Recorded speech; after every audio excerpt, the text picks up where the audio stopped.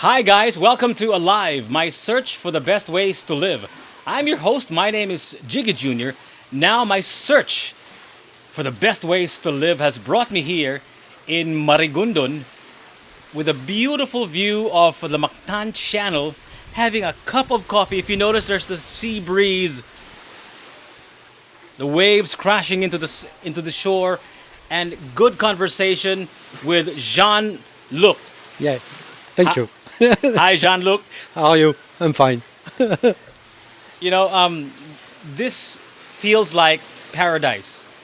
You know, the sound of the waves crashing into the rocks, a cup of what I think is French coffee. No. It's brewed Filipino coffee. Huh? Filipino coffee, yeah, but yeah. French pressed, right? Yeah, right. Because you're a Frenchman yourself, right? Yeah. So I'm very curious about your story. We've known each other for a few weeks now, and I sort of have a sneak peek of what your story is. But I'd like everyone to know your story. Jean-Luc, my first question for you is: what brought you here to these beautiful islands of the Philippines? What brought you here to Marigondon? Before I know the place, it's because the Freedive HQ was created by an Australian guy. It's Mike, and another French guy bought it. And when he sold it, I just bought it. It's Okay. just 2 years ago, but I arrived here 5 years ago just for training. And I discovered the Philippines. There are 5 years now. I just came for 2 weeks, and I leave my first time when I left. It's 7 months later. I just Philippines is very How attractive. long ago was this when you first discovered the Philippines? It was amazing because I don't know. I just expect Asian country, but it was a shock because the Philippines is Asian country, but with one part it's European culture, and with a Christian first, and many things like that. I was just little bit shocked because I expect something like, Vietnamese or you go in Bali or somewhere like that. It's same place, but it's completely different. And one thing it's really important: every people speak English. Yeah, my English is not very good, but that's a good link already. Mhm. And step by step, I discovered the Philippines, and I love the Philippines. In fact, that's why I'm here. You mentioned to me during our previous conversations, Jean, that you were in the sort of military in France, and you were busy with the rough and tumble, the grind, so to speak. And you mentioned to me that you got sick and tired of the grind, and you decided to get close to nature, where your heart is, and that's why you sort of found freediving and you found the Philippines. Maybe because we have a lot of people out there watching this interview who are right in the middle of that grind that you were talking about, that grind of life, when it's sort of like a hamster on a wheel, right? And you can't seem to stop, and it's difficult for us to figure out a way out of that wheel. If you're that hamster, maybe you can describe to us a little bit of that story when you were in that particular wheel. Yeah, in fact, you realize you are inside the wheel when you go out the wheel. But until that, you just run. Yeah, I was in the army during 20 years ago. I work during 20 years. I was in the special forces during 10 years. I was team leader. I worked for the French president, and many things like that. And I just travel around the world. And of course, when you are in special forces, every day your journey is to manage the stress and to absorb the stress and to stay confident. What are you doing? And just give the trust to your team and to go further together. And when I decided to stop, because I was 39 years old, it's already too old to stay in the special forces. I joined a big media company to just increase the level of the safety and security inside this company. I was director, and of course, the wheel Security. Yes, before I run in the wheel, but when I arrive in a private company, the wheel turn more faster. It's just So in the military or in the army and the special forces, the wheel wasn't as fast as the private sector. So you're saying that the wheels turned faster in the private sector? yeah, completely. Yeah. Because you work for the government, and in fact, okay, you work with something to manage the stress and go for the civil war, something like that. But it's easy. It's easy. You have your salary every day, and if you are sick, the government pays for the social security and many things like that. And if you deaf, your family they take care of your family. But when you are in a private company, that doesn't exist. You work, you have the salary, and you need to work more because I was director, I manage many people and a big budget. If you are efficient, you have your salary. If not, they kick you out, and you have no choice. It's in fact, and special forces was not evident to join and to stay, but when you are director on the special part of the big company, you are like a lemon. They press, and when there are no juice, they just reject you. And Okay. you need to. So when did you feel that that was it? After 20 years in the special forces, and if I'm not mistaken, 10 years in the private sector as the security director of a media outfit in France. When did you feel? At what point in your life did you start asking yourself, "Is this what I want with my life?" Yeah, I think it was around 46. I just run because I run. Everybody run after the dream, and it depends what kind of dream do you have. But when you reach the dream, in fact, you realize your dream is perhaps it's just a wind. Yeah. And in fact, that's what I realized. I just want. When I was kid, I just work hard in the field, in the industry for different company, etc. And I continue to go to the school, and it's just already I was in the wheel because my father is just hard worker, and he give me that. What did your father suggest? Hey, just to work and just to learn and work. Learn and walk. That's the way. So- The best way for him it was that no holidays, working and learning. Learning. Yeah. So, as a kid, when you were taught that by your father to just walk and learn, Yeah.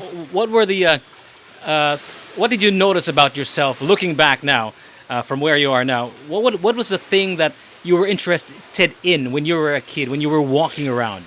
When I was kid, I just remember we have already connection with the nature. With nature, okay. Yeah, that's. I love to just go to ride or to run the sun during the weekend. I just go to run during the winter alone, very early, like I do now in Philippines. Just wake up around 4 a.m. and just go to run in the. But you are in the contact with the nature because the nature is like you need to accept what it is. Sometimes it's snowing, sometimes you have a good weather, sometimes it's raining. So you already had a connection with nature at a young age. Yeah. I asked that question because this is relevant to where you are now. Because from what I understand, during your time with the special forces, there were certain skills that you were taught, including scuba diving and free diving, right? Yeah, And indeed. in fact, those were the skills sets that you had, that you brought with you here to the Philippines. What made you decide to pursue free diving? Freediving, in fact, it's a real connection and it's a real. In fact, it's you are in front of the mirror and you can see yourself. There is no lie. There is just the reality of who you are, what you are, and where you are. This is a mirror. In fact, you can escape. You can just socialize and show off all the time in your life. That is not a problem. You can do it with everybody. But when you are alone, you are in front of yourself. It's like you take a mirror and just, okay, what are you doing today? Where are you? Try to do your best for yourself, for the other. Yes or not? That's you cannot lie. Is that you know who you are? That's the perception, and that is a connection with free diving. So when you brought your free diving and scuba diving skills from the special forces, and then you were in the private sector working for as a security department in the media outfit that you're working in, were you still practicing those skills that you mentioned, free diving and scuba diving? Yeah, scuba restart because I stopped. I left the special forces in 2001, and I worked for the company, for the media company until 2009. Yeah, something like that. And I restart to do a scuba diving. It was in 2005, or something like that. At the beginning, I forget. I just completely forget the free diving. I just connecting. I want to just reconnect myself with the nature, With nature, okay. and with the water because we come from the water. in Okay, fact. so yeah, of course, yeah, because all life sort of Yeah. came from nature, right? Yeah, yeah. So when did you start pursuing free diving again, to with as much passion as you had when you were in the special forces? At what point in your life did you think, hey, maybe this is something that I can pursue, and this is something that this can be a vehicle for me to be close to nature? Yeah, completely. In fact, I restart with the scuba, but scuba is recreational and freediving is a sport. You can do a snorkeling, many things like that, but I need to practice a sport. And when you practice a sport, you have the time. This time is only for you. And of course, when you are in freediving, you are in connection directly with the nature. You cannot escape. You hold your breath. You go down in the water, in the blue water here in the channel. You have the chance to have the beautiful space here, and you are in the blue, there is no sound, and you're feeling the water, the current, and you can see the quality of the blue here, and more deeper you go, more the blue change. That is wonderful, and that is real connection. It's just time for yourself. It's just perhaps 1 minute, 2 minutes, but it's enough just to cut everything. I know you learned most of your free diving skills during your stint in the French special forces, but did you get specific training after that, or are you just sort of self-taught aside from your training at the special forces? Did you have like a mentor as far as free diving is? Yeah, freediving, in fact, it's a way to trust in yourself and just to push yourself more further and just to be completely clear with yourself. That's what I told you before. Yeah, You yeah. cannot lie. And in fact, in the special forces, you need to manage the stress. You need to be in action for during one attack or something like that, and just operation. It's just you need to be in a tube, and you think of your goal, and you just avoid the But fear. did you learn it from a mentor? Was there a specific No. person who taught you, or was the skill sets that you learned during your stint in the special forces enough for you to? No, in fact, you have one part. It's free diving, scuba diving. You need to be to drive a motorbike and many things like that, Yeah. a truck and As a special forces, right? Yeah, you need to have that. And in fact, I discovered that when everybody was kid, everybody use the snorkeling and do a free diving, but they don't know what they are doing. But for the special forces, you have a section you need to accomplish. You have the goal in free diving. This is just a goal, but when I reach it, I just discovered what is a free diving. I just discovered by myself.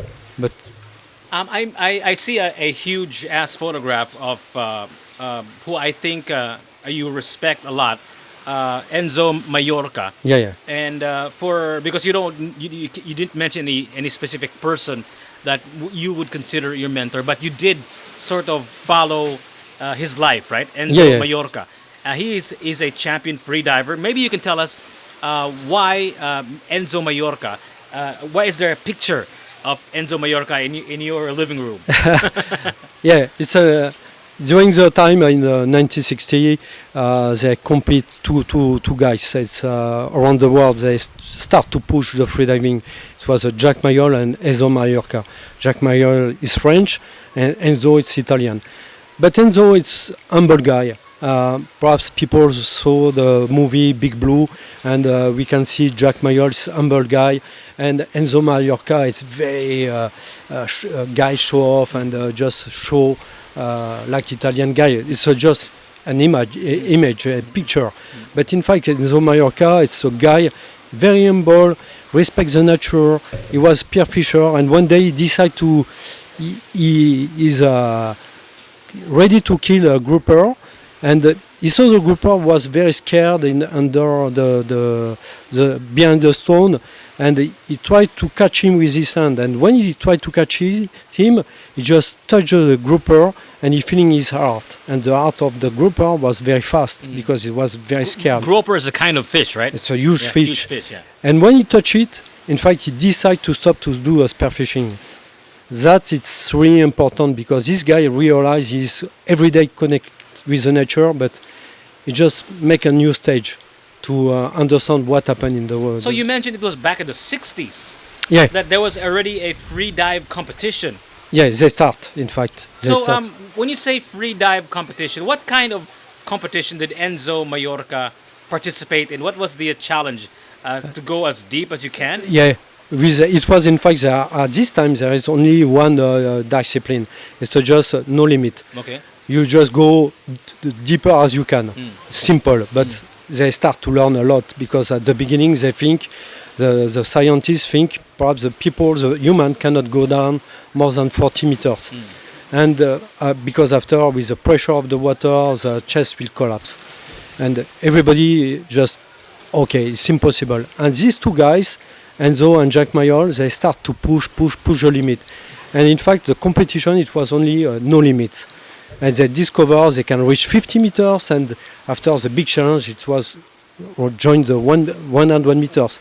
And now we stopped the no limit because it's really dangerous. But during this time, everything. So how deep did Enzo and the other guy go at that time? Would you remember? Enzo, I don't remember exactly, but it was they passed the 100 meters. Past 100 meters? Yeah, wow. It was crazy. And because now there are only one or two guys they did that. But now for 100 meters, since 2 years, 3 years ago, perhaps there are more than 10 guys around the world. They can reach 100 meters very easily. And I think the next decade, perhaps you have more and more people, they go deeper and deeper. That is just, but with this guy, we just discover many things about what the blood chief, about the mammalian dive reflex, about how to manage the fear and everything. You mentioned mammalian dive reflex. Reflex, right? Yeah. You correct me if I'm wrong. From what I understand from that phrase, mammalian reflex, it is sort of accessing the fish in you. Is that what that means? It's in fact it's a gene we have inside our body. The humans have that because we stay 9 months in the womb, right? In the womb, and they are okay. And in fact, it's just the time you reconnect yourself with the sea, with the nature, but more with the sea. In fact, we have many chemoreceptors around the face, and we activate the mammalian dive reflex when you are in the water. And we lose this reflex when we are baby and we start to walk.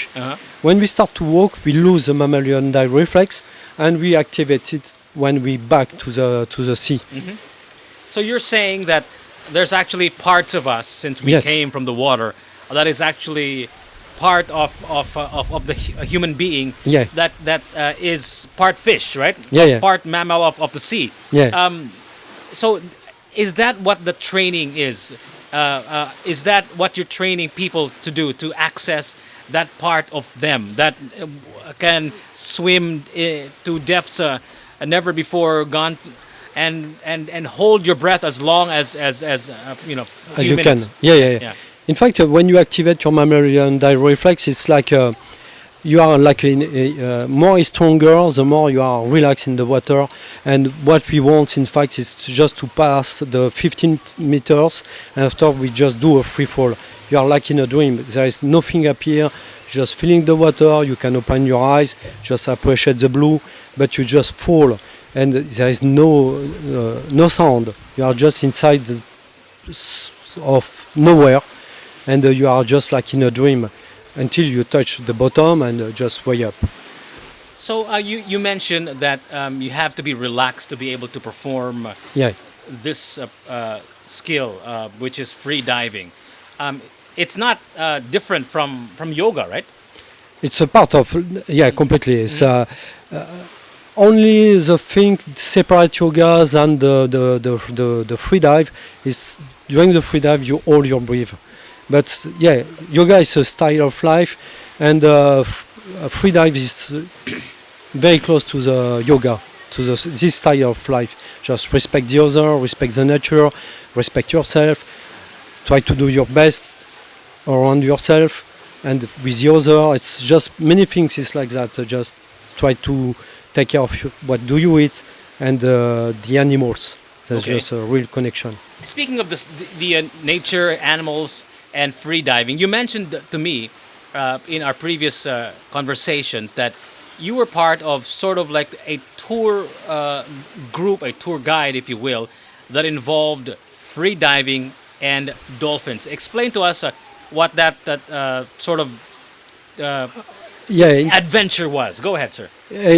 In fact, the dolphins is just a crazy animal. It's just very close, and they have a conscience of many things, and they are family. It's a group, and they educate the babies, and they know, they give the name like a human, but everybody have a name, and they can just try to talk together, and they have the sonar, and they use it to talk, to chase the fish and everything. And in fact, we try to connect with them.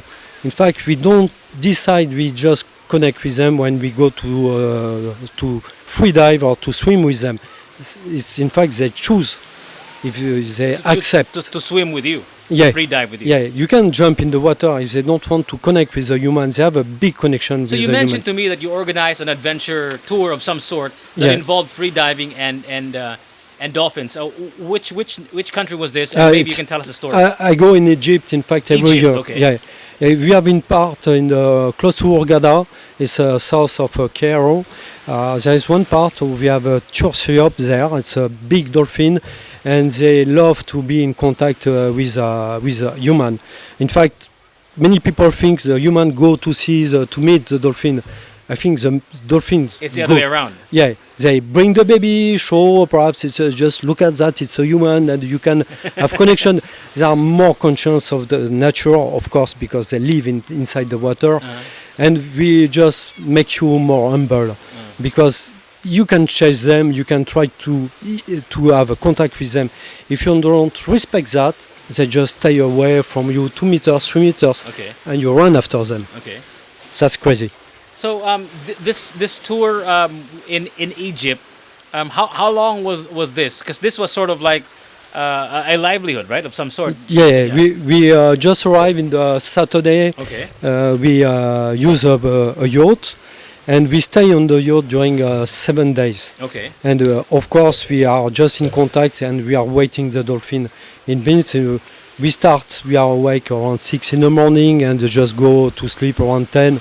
But during the day, we have the yoga session in the morning and many things like that, and we just practice a free diving session. But when the dolphins they are here, we just waiting them, and when they appear, we just go to meet them. In fact, we can stay during 2 hours, 3 hours in the water, and just go back to the yacht and just eat, and they are back.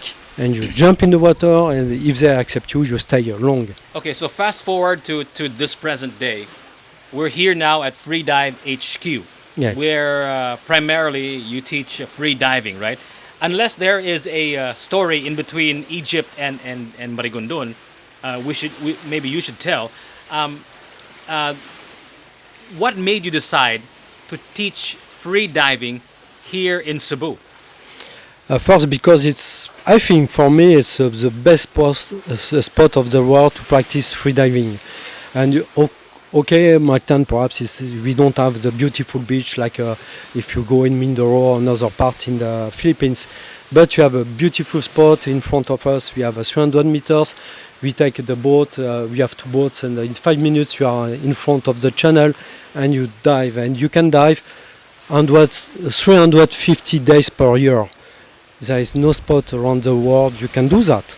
That is incredible. In fact, you have the depth, you have the clear water, you have the chance to meet the turtle now. We are lucky because in front of the shop we have a turtle. You can do snorkeling. It's the best spot here. The best sport. And your training here at Freedive HQ is quite unique because it is quite extensive, right? There are other freedive sort of schools that you can take for just one day, but yours it is very very intensive, and in fact it's taking her quite a long time, right? In fact, it's more than a few days now. Why do you think freediving takes a little bit longer than just one day training? Because it's a crazy sport. Okay. In fact, every sport you can push yourself and you can expect to have the result. Mm-hmm. The freedive, in fact, it's you try to push yourself, it doesn't work. You need to connect yourself and just to just take care of yourself. In fact, if you just try to compete against yourself, it doesn't work. You can just, okay, today I will go down at 40 meters or 60 meters or 10 meters if you are just beginner. It's not a problem because everybody starts one day. But if you just think, I want to go at 10 meters or I want to go at 5 meters, you can be sure it doesn't work. You need to accept the water, you need to accept yourself and just try to be relaxed. And you are a little bit stressful, you can be sure you block yourself. That's a crazy sport. Because if you want to challenge, you don't think about the challenge. I'm not sure if is it clear, but in fact, every sport you can push. Yeah, because every sport you need to get pumped up and riled up, right? Yeah. And you want to do this and think about real hard. Yeah. But you're saying in freediving, it is still very competitive. Yeah. It's just that you can't act like warrior. you're pumped up, right? Because you need to be relaxed, right? Yes. So how does one achieve that? How does one get competitive but be relaxed at the same time? Yeah. It's a long way. Huh? One part can be a yoga if the people practice yoga, the style of life or yoga. If they practice that, they have already a connection with the freedive. They understand.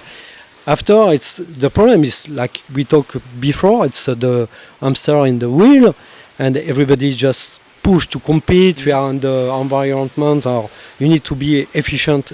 What are you doing in your life all the time? And that doesn't work in freediving. In freediving, doesn't work. In fact, it's that. It's just extract yourself from the whirlpool or the cage. Just stay relaxed. Accept what you are today. Perhaps you are not comfortable, but if you accept that, you can perform. Or perhaps you are in a great day, you want to push. Just avoid that. And that, if you do that, you can dive and you can go deeper. Mm-hmm. That's its crazy time because it's just the opposite of the way of life today. That makes you more humble, in fact. I heard once being said that one of the key skills of freediving is equalization. Is that correct, sir? And what does it mean exactly when you try to equalize? What does that mean? In fact, the problem is not to be efficient to go down. Everybody can go down deeper. Mm-hmm. And until 50 meters, 60 meters is not a big deal. 50 meters is not a big deal.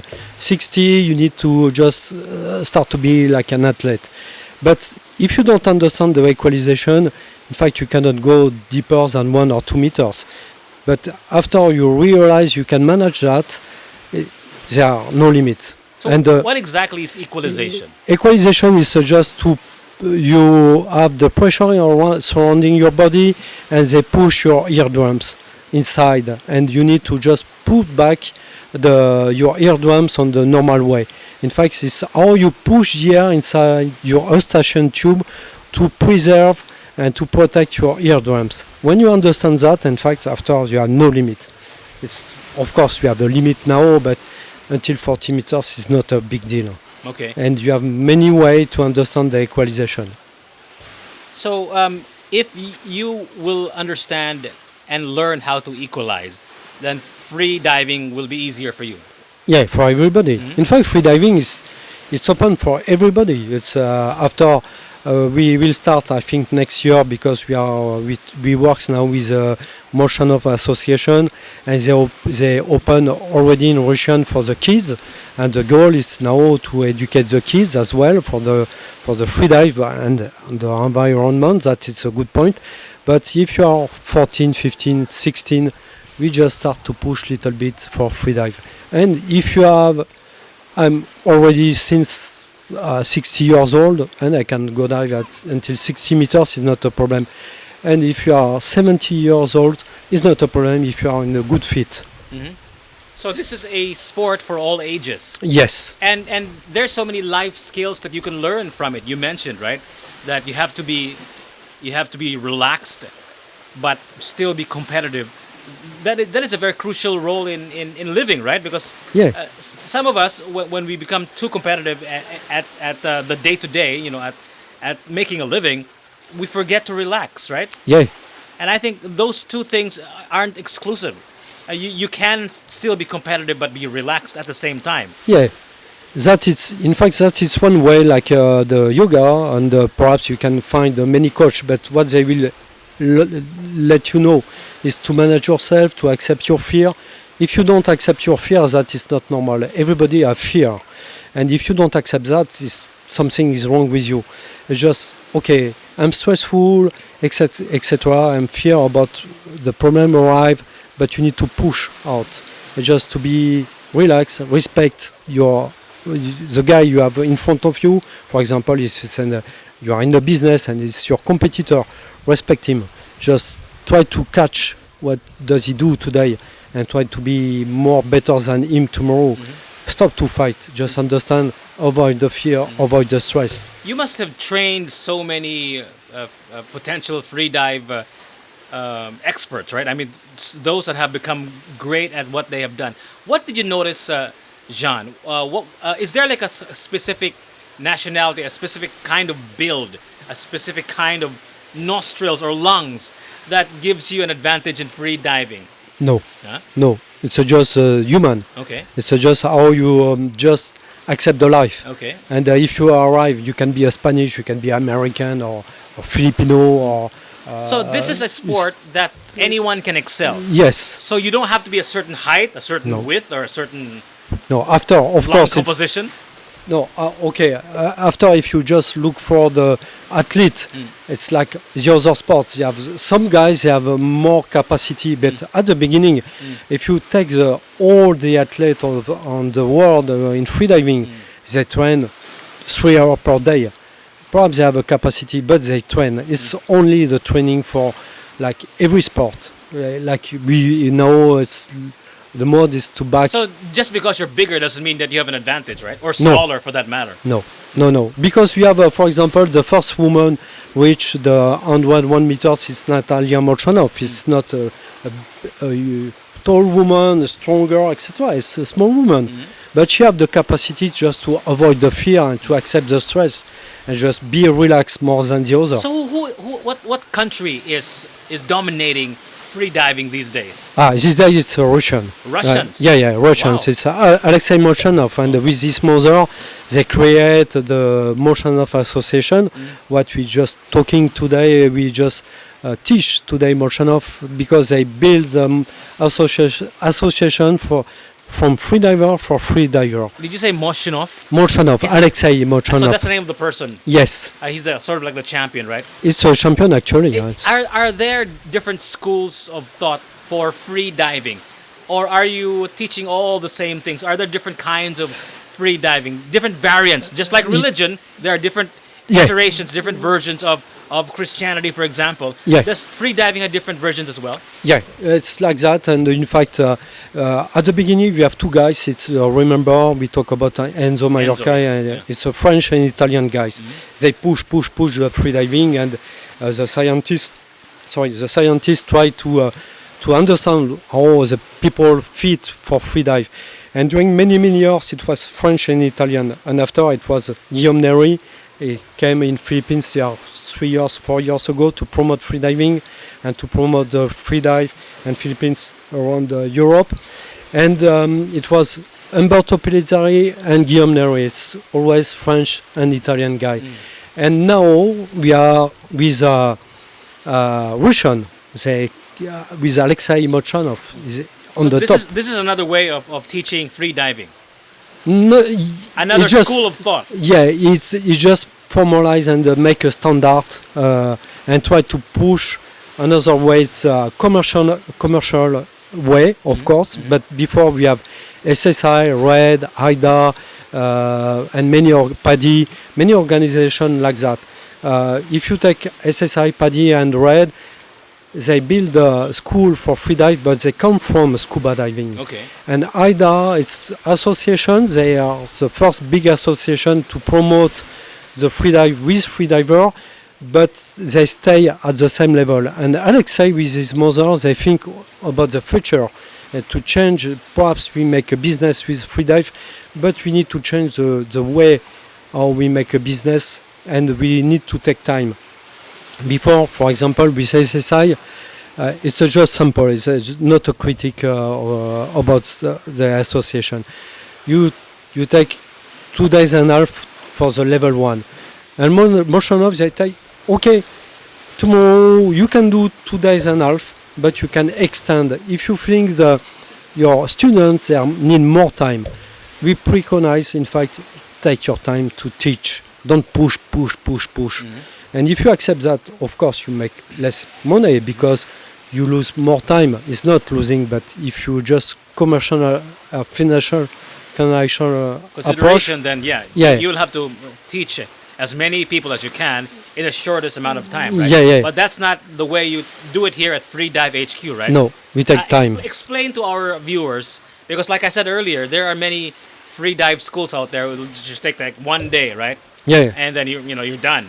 It's like a crash course, if you will. Yeah. Which is the word crash course sounds Yeah. dangerous already, right? Yeah. So explain to us, how is Freedive HQ different from other ways of teaching free diving?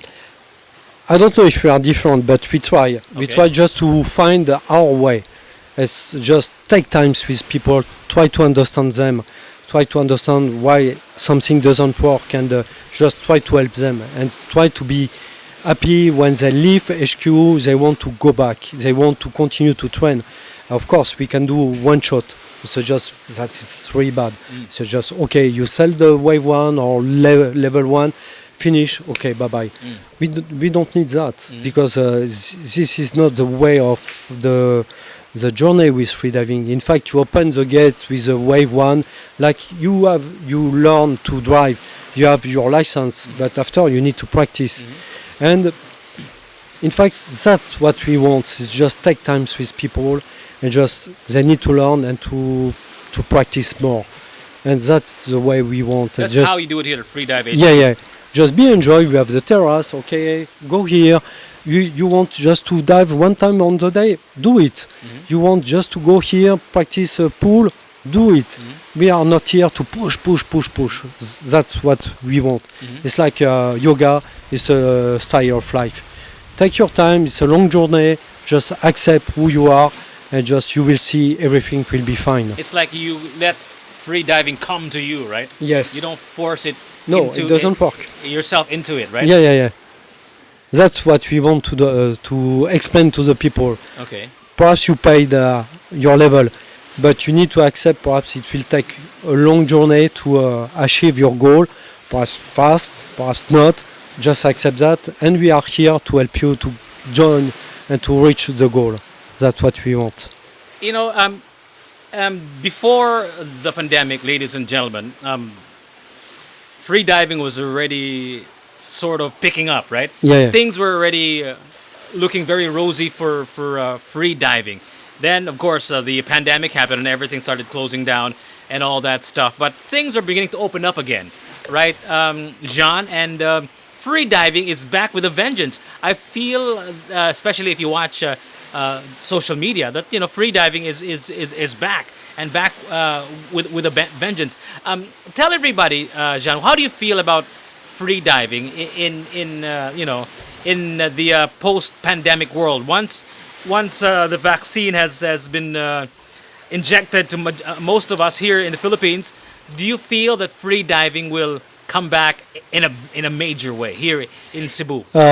In Cebu, yeah, I'm pretty sure because you have a lot of, in fact, the Filipinos, they start to take care of the life and they take care of ourselves. Our health, right? Yeah. So Health the and, pandemic has taught us to take care of our health Yeah, more yeah. than ever, right? Yes, because completely. it could hit us any time, right? Yeah, A disease, a yeah, virus, of course, that's crazy, and you can see, in fact, life is very short, a short journey, and it can stop in a few hours. That's you. We forgot that. We think perhaps we born, and if you are lucky, we will die at 80 years old, 90. It's not true. It's not that. The life can stop tomorrow or in 2 hours Exactly, for yeah. everybody, Yeah, and that's crazy. And perhaps the people during the pandemic, during the lockdown, they start to be more awake what is a life and just realize suddenly. enlightened. Yeah. And suddenly, the COVID can touch you, and but you can die very fast with that. In the less 48 hours, you can die. Uh-huh. And perhaps suddenly the people they lighting. Suddenly they just realize, oh, what is my life? What is like me before? But it was not with the pandemic. But I just realized, okay, you are an affluent guy. You have the power. You have everything. But you have just your life is just a shit. Mhm. What are you doing with your life? Just work like a crazy guy, and you just expect to have the weekend. That's crazy. So you're saying that people will use freediving as perhaps a form of exercise to keep Yes. their health going, and also at the same time as sort of a way for which they can relax and sort of analyze and look back at what their life is, and if it's like you before, Yeah. when your life was, like you mentioned, going to shit. Yeah. Yes. Yeah. Sorry, it's my word. It's okay. Perhaps it's not good. I but understand you're French because you're French. yeah, thank you very much. In fact, the freediving makes you humble. Humble, okay. Humble. And when you are that, you just reconnect yourself with everything. Why with- does free diving make you humble? Because you cannot lie. Remember, I talk about that. In fact, you can tell to the people, I'm a good freediver, I just perform, etc. But when you are in the water, Yeah. you are alone. And you cannot, in fact, the people, the freedivers, they don't care if you reach 100 meters, if you are divers at 2 meters, at 5 meters. You are the part of the family already. It's important what is your journey, how you achieve your goal. If you are enjoy because you die at 5 meters, but you are enjoy and you accept that and you are happy for your day, is better than the guy who will dive at 50 meters, but when he finishes his dive, it's just fuck, it was hard, I just fight, and he's not happy. Who win at the end of the day? The guy reached 50 meters or the guy just reached 5 meters, is happy? Obviously, here in the Philippines, in Cebu, free diving is just like a casual sport. It's not really a serious sport in the sense that there are regular competitions, right? At least not yet in Cebu. Yeah. Will there ever come a time, or maybe is there any that I am not aware of, that there are free diving competitions here in Cebu already? They start, and we start the first competition last year. Yeah, Okay, it's here in already. Cebu. Yeah, with the HQ, we start the open water competition. It was in December, and we expect to make because we build a pool, and we expect to make one for the Filipino competition in the static and in the pool first, because for the open water for the moment with COVID is difficult. And I think there are another Filipinos that start to try to make a competition, but yeah, we start last year. So the first in Cebu. in Cebu, in so- Botany, here in the. So do you think there'll ever come a time in free diving here in Cebu, or in the Philippines for that matter, that we can level up and compete in the international stage? Do you think we have athletes, Filipino athletes, that are capable of going to the world stage as far as free diving goes? Yes, of course. You have already a good team, and they have Asian Cup is normally every year in Panglao, and you have many competition already in the Philippines. Here in Mactan we start only, but we just run after that, and we expect perhaps one day to make a big competition here in Cebu. But yeah, you have a big team already, and I don't remember. Sorry for that, but you have one Filipino girl. She did in the dynamic no fins 120 meters. 120 meters. Yeah, in the pool. It's huge. It's really huge, and the Filipino team just every year it's increase, and it's a really young team. But yes, when arrive, I don't remember. They reach 50 meters in the constant weight. I'm not sure about that, or a little bit deeper. But every year they increase the level. They are already a good team. Do you divide or do you categorize free divers according to weight, according to seniority? Is there an age group? Is there a It's crazy. For the moment, there is no age. Okay. In fact, I'm 59 soon, and I compete with a guy. He have 18 years old. We compete. It's just a competition. There is no category. You have the discipline, like a free immersion, constant weight with fins, no fins, and a variable weight. And the pool, you have a dynamic B fins, mono fins, no fins, and static. And that's all. So there are no age groups or weight No groups or age. anything like that. No, It's just no. the fins or no fins, right? Yeah. Yeah. The discipline, in fact. Okay. Yeah. But yeah, it doesn't matter. In fact, in freediving, you can be a world champion with. There is no money in freedive. They say that free diving is different for everyone. Yeah. But I know that free diving is such an integral part of your life because you're trying to make a living off of it here at Freedive HQ. My question here, Jean, is can you describe to us what free diving means to you when you're out there in the deep blue, all by yourself with your lungs and your sight and your entire body, left alone against the forces of nature, against the ocean? How do you feel out there, Jean?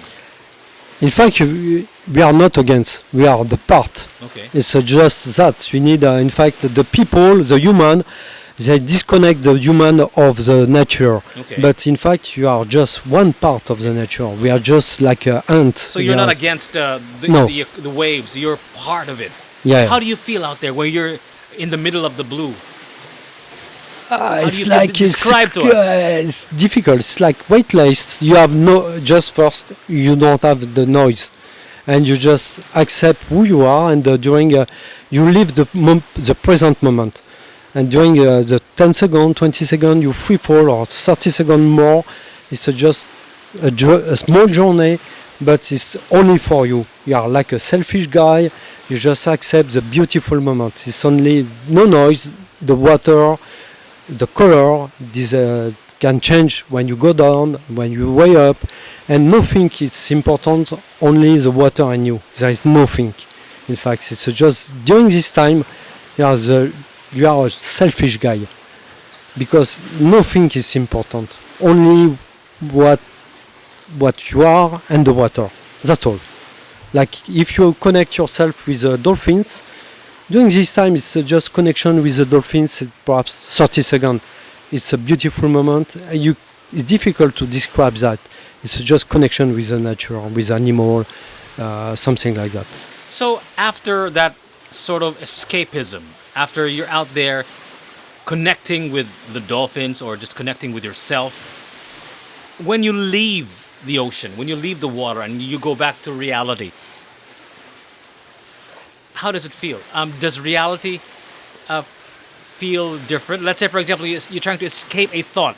You're trying to escape a problem, for example, and you're out there in the deep blue, and then you go up.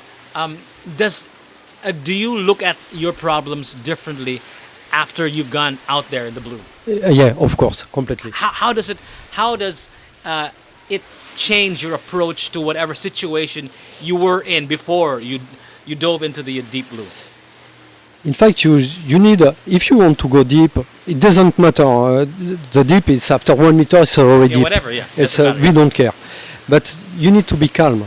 In fact, if you are just, everybody have the problem in their life, and you are just perhaps angry against some problem or some people, etc. You need to avoid that, because if you go with your problem in the water, it doesn't work. If you just deep dive, and suddenly you think, oh, I forgot to, I don't know, Text somebody. text somebody or just to tell, guys, you forgot that, etc. Or just, it doesn't work. That's So in you, fact, you leave it all behind, right? yeah, yeah, But my question is, when you go up, when you go out of the water, Yeah. and you're still faced with the same problems, right? Yeah, Do of you course. have a different way of approaching them now that Yeah. you came from that experience? Does it Yes. change the way you look at a problem? Does your anger off about somebody diminish? Does it change the way you look at the Excel sheet? I mean, Yeah. how does it change your outlook? Because I think this is all about outlook. Obviously, the problem is still the same, and the situation hasn't changed, but it's your outlook, the way you attack the situation. How does it change for you? in fact, it's simple. When you learn, I think like you need to manage your stress, and many people you have many capacity. Perhaps you don't manage your stress and you reject your stress to the other. Okay. That is one way. The second way is Anger, just right? Anger. anger. Yeah, and the other way is just to stay calm with the situation and just stay further of the problem. Just look at the problem in different way you can use, and the free dives help you for that because you need to be calm and just stay away from your problem. Just let your problem here and back later. Just analyze. Perhaps you have a new approach. Free dive help you for that. Has that helped you like that? Yes, Has of there course. ever been a time in your life wherein you had a problem, a situation, a deadline, or you needed to Yeah. do something, but you couldn't because you hit a wall? You know, you hit a creative block or whatever, and you hit the water. And when you came back out of the water, you were able to sort of re-engage with the situation in a better way. Has that happened to you personally? Yeah, really. Yeah. And completely because that we have the here HQ. We are like the other company around the Philippines, around the world. We have a pandemic. We fight to survive. The company fight to survive. Of course, we have a lot of problem and to find the solution or to develop and to don't lose your spirit. Don't burn your life. Don't be selfish. Continue to make your job as well as you can and the better way you can. And it's big challenge now. And of course, you go when you wake up, you have the problem you need to resolve. You go to the water, you need to forget that. When you go back, of course, you have the same problem. But you take your time to try the best way. We don't know if it's the best way, but we try a new solution, another. Free dives help me for that, yes, of course, every day.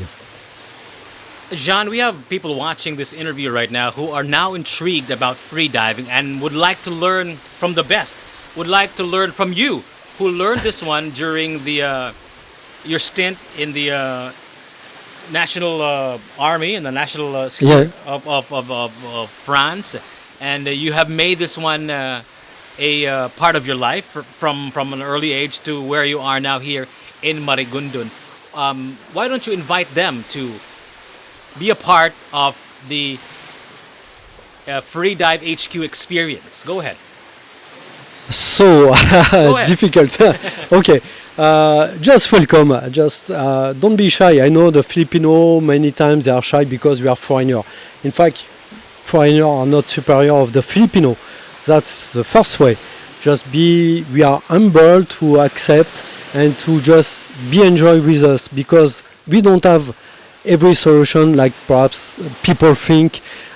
We are just a normal company with now we have many friends Filipino and my partner they are Filipino as well.